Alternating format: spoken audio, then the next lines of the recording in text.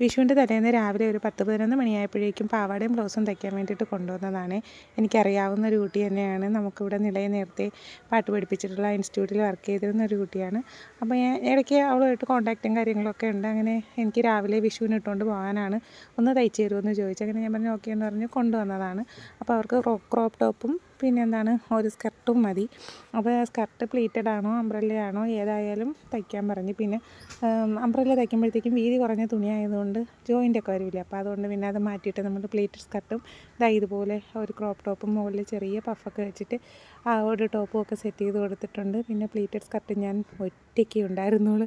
Pleat അല്ലെങ്കിൽ സാധാരണ എനിക്ക് നിളയാണ് ചെയ്ത് തരുന്നത്. പിന്നെ നിള വൈകുന്നേരമായി വന്നപ്പോൾ എനിക്ക് സമയമില്ലാത്തതുകൊണ്ട് നിള എല്ലാം ഏറ്റെടുത്ത് വിളക്കൊക്കെ തേച്ച് റെഡിയാക്കി അവളെ കൊണ്ട് പറ്റുന്നതെല്ലാം അവൾ ചെയ്തു തന്നു. പിന്നെ ഞാൻ ഈ ഒരു ഹെയർ ബണ്ണും കൂടെയൊക്കെ ചെയ്തെടുത്ത്. അപ്പോൾ ഇതാണ് നമ്മളെ പട്ടുപാവാടയും ക്രോപ്പ് ടോപ്പും.